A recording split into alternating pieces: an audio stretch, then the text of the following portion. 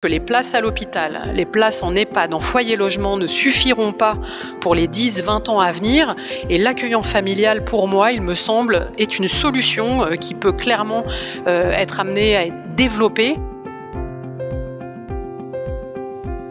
Je trouve que c'est un très bon enjeu d'organiser cette journée par le département de Seine-et-Marne pour les accueillants familiaux parce que c'est un métier qui est très peu connu et du public et des assistantes sociales et de tout le secteur médico-social, c'est-à-dire que même moi, médecin et mes collègues, on connaît très peu ce métier et pourtant il me semble que c'est un enjeu de santé publique majeur étant donné le vieillissement de la population actuelle et à venir, c'est-à-dire qu'on va se retrouver avec une population âgée avec des plus de 65 ans qui va croître en nombre de manière considérable pour lesquels on n'aura pas de solution.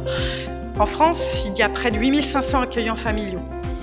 En Seine-et-Marne, ils sont 44. C'est un chiffre trop faible par rapport à la demande croissante et par rapport, comme le disait le docteur Longer, à la perspective de démographie.